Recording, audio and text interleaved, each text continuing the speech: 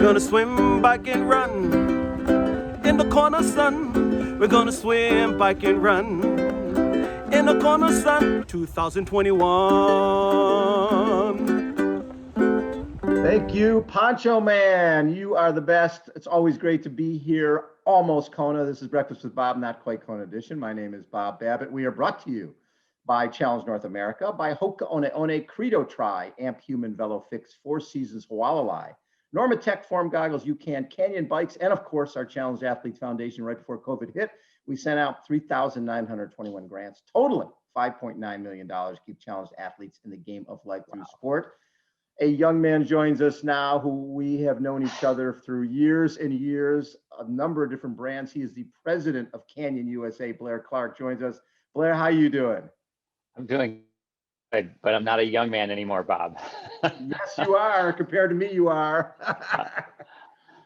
So Blair, when I look at your history going from, from Scott Sports to Giro to Specialized to Smith Optics, and then on to GU and now Canyon. Talk a little about, you've seen this endurance industry change so much from the early days. How has it changed, and how has it changed for the better? Well, it's bigger. So by definition, in my mind, that makes it better because it makes it safer. You know, as a cyclist, the more people who ride, those people are in a car too. And so they're more considerate to other cyclists. It's bigger, and there are more resources available, right, for innovation and for careers. When I got out of school in 1981, I was pretty sure that I wouldn't stay in the bike industry, that it was just a passion. And I'm one of the few fortunate ones who, though I took a detour to tech and other industries, I kept coming back to the idea of what the Japanese call their ikigai, which is the intersection of your mission, your vision, your passion, your vocation, what the world wants, what you're good at, what you can get paid for, essentially the intersection of those things. And, I just didn't want to be some Dilbert guy in a high-rise office building, not passionate about what I was doing. So there were times when I thought, I'm not sure I can make it.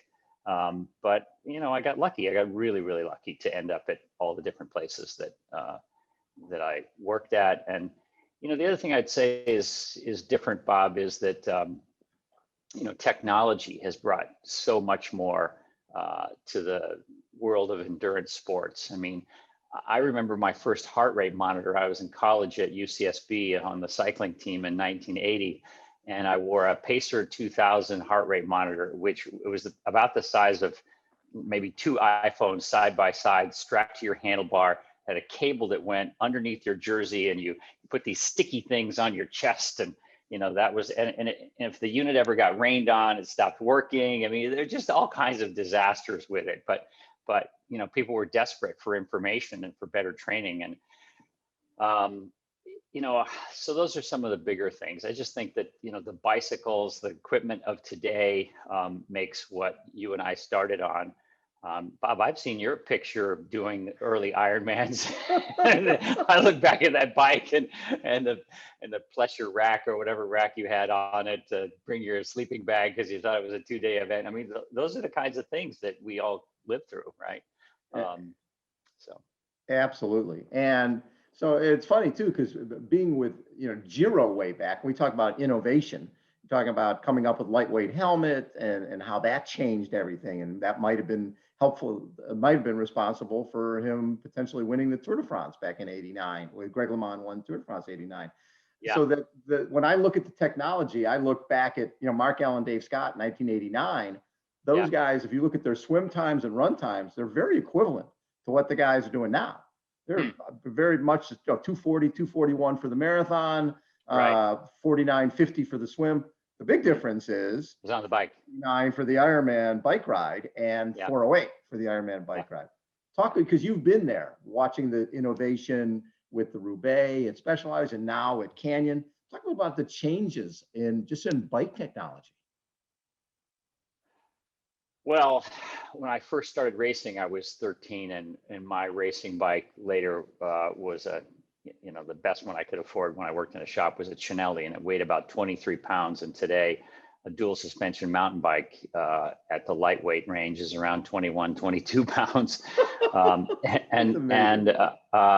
You just look at the weight of a frame today at 700 grams or so. What has enabled that has been technology, not just carbon fiber, but Roman Arnold and Michael Kaiser, who's our chief technology officer, brought the idea of using a CT scanner, a medical imaging scanner, to look at the frame once it's molded, to be able to look inside like you'd look inside of your orthopedic surgeon, someone's shoulder, to see if their collarbone's broken and whatnot. And in this way, we can see whether there's a gap or a void between the fibers, or any kind of hairline crack and that sort of thing. And that optimizes the strength to weight ratio. It also makes it the safest, because 100% of the Canyon forks get CT scanned. We have 4 scanners around the world for that to take place. And so we brought this technology to the whole bike industry. Today, many brands use the same technology, but that's a big differentiator. And then, of course, the big component manufacturers have gotten better and better. The wheels have gotten better and better, and so forth. But the big jump has been in a frame, I would say. A frame used to weigh 5 pounds, 7 pounds. So yeah. So when I look at Canyon, and when I first heard, I'd seen Canyon when I was over covering Challenge Roth. When I was doing my show over there, I'd see Canyon bikes, but they weren't in the States. Yeah. And all the top guys were riding them. And you're like, gosh, this is an amazing bike. And when you first met those guys and they talked about, we're going to sell direct, because if there was one part of our industry that had never sold direct, that was really connected to the bike shop, it was the bike itself. Yeah. When they first laid out their business model, that we sell direct and deliver direct to the consumer, what were your thoughts? Honestly, my first thought was I had a moral and ethical dilemma, that I'd made a career on the backs of mom and pop retailers, and I didn't want to be a category killer. I wanted to be a part of a community. And I called a dear friend, Hill Abel, who owns a bicycle sports shop in Austin, Texas, and said, Hill, what would you advise? And he said, first of all, Blair, I'd rather it be you than somebody else, because you understand and you'll be respectful, and somebody else could come in and be very damaging. And my first reaction was, okay, how can I work with the independent retailer? Because we are codependent. We need them for service. We need them for a lot of accessories. We need them for what I'll call a high touch fitting, to optimize the performance of you and the machine, to make you more comfortable, more aerodynamic, and so forth. And sometimes we need them for initial assembly. So oftentimes we might deliver the bike, but the annuity, the long-term relationship, goes to the independent retailer, especially for service, where they make the greatest margins. And my next reaction was, okay, just like the core consumer here, well, where can I go to test ride one? And we say, well, you got 30 days to try it. If you don't like it, we'll take it back, including a full refund for any reason or no reason, and we'll pay the freight both ways. Well, okay, what size am I? Because it's different sizing. It's not in centimeters, it's in t-shirt sizes. And we make 7 sizes instead of 5 like our competitors, because Roman Arnold is about 6'7" or 8, and his brother's even taller. And so we make it double XL. Wow. So we have a little system online that helps you get the right size. And again, if it's not perfect, which half of our returns, somebody got a medium and they needed a small oftentimes. The other issue was, okay, where do I get it serviced, and that sort of thing, and that's where the independent retailer comes in as part of the relationship. So, it says we quit, but it doesn't look like. No, you're still there. Okay. I got a message pop up. At any rate, those are some of the first reactions, and also, how could we approach the market in a way that we partnered with, bigger organizations that added value back to the community. So right away, I joined People for Bikes. and the International Mountain Bike Association, NICA. We're a proud supporter of Challenge Athlete Foundation. We recently invested in St. Augustine, which is a historically Black university, to provide bikes and to partner with SRAM Bicycling to help encourage African-American athletes to race cyclocross. And there's a great story about that on bicycling, and as well as links to it on our website. So, I just want to be part of the community. So. Well, and also Tri-Clubs, the Tri-Club of San Diego. Oh, yeah, of course. Yeah. So when you think about cycling, you think about road bikes, you think about cyclocross, you think about mountain bikes, gravel bikes, e-bikes. How do you balance all that? You've got all these different pieces of equipment, and the world, especially e-bike and gravel, has taken the world by storm in the last number of years. Yeah, well, that's another back to your question about how's the endurance sport different. Well, it's broken up into all these niches, right? When I started, it was just road bikes that were either you're a racer or you're a tourist. And then there were mountain bikes and triathlons and on and on. And cyclocross existed back then too. But, that's no different than you go down the grocery aisle and you look at ketchup, and there used to be 2 brands and now there's 20, right?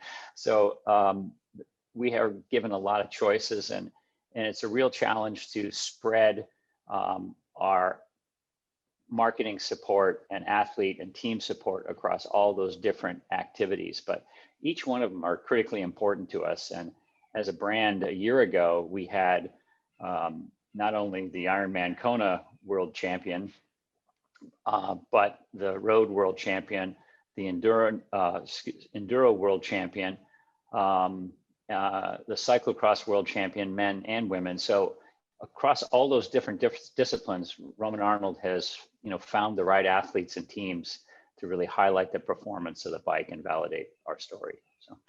So when you first got into this crazy world, the way you would market is you'd use the magazines, right? There was sort of a little different world. Now there's, you've got all the social, you got all the different ways, plus it's creating your own content so that people become part of your community. How has that all changed? It's about storytelling and authenticity, right? I mean,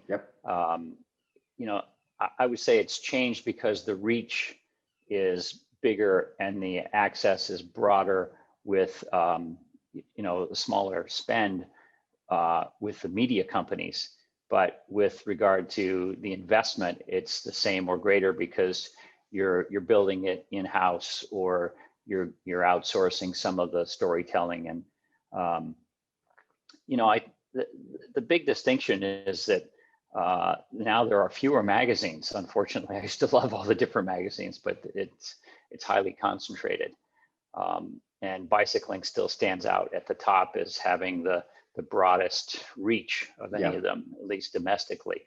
But Velo News is really strong, and there's been a lot of great magazines, Bike and Decline, and on, Inside Triathlon, as you're well aware of, Triathlete, and all these magazines that have ebbed and flowed, and I think many will come back to, because there's a fairly low barrier to entry. There's always a good story to be told.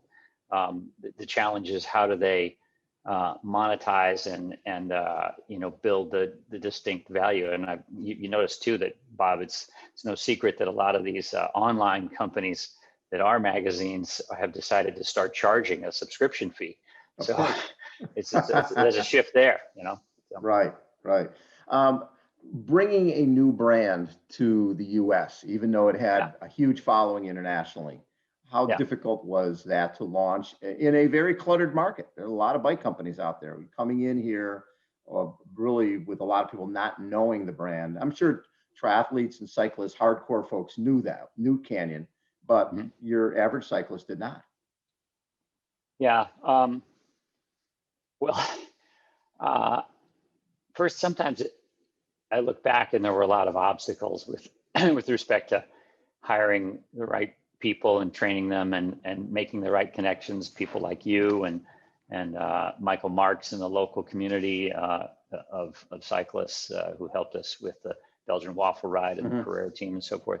But the reception was remarkably good. When you have a product that's so compellingly strong and the price point is so aggressive because we've taken out the middleman, right? We design, develop, and market, manufacture the product, and so we're no different than Tesla or Warby Parker to the automotive and the eyewear industries, respectively.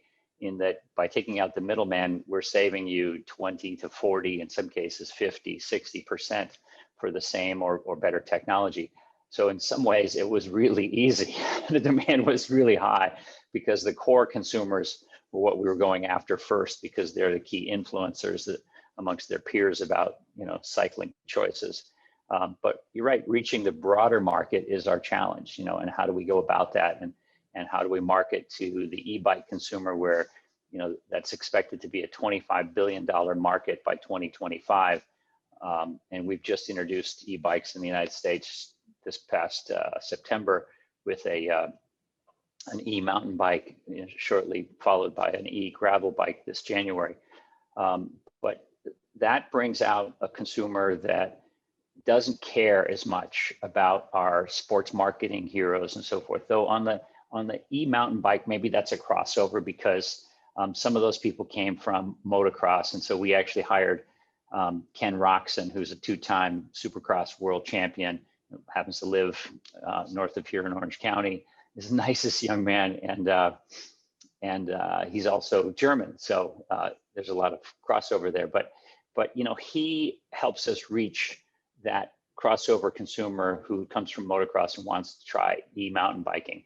But then the real question is, how do we get the urban, the mobility commuter, the person who doesn't, know of our brand at all? And I think that we're going to reach them through more traditional media, through reviews, through working with People for Bikes in the places in the United States that are bike-friendly communities, and doing a lot of outreach and demos.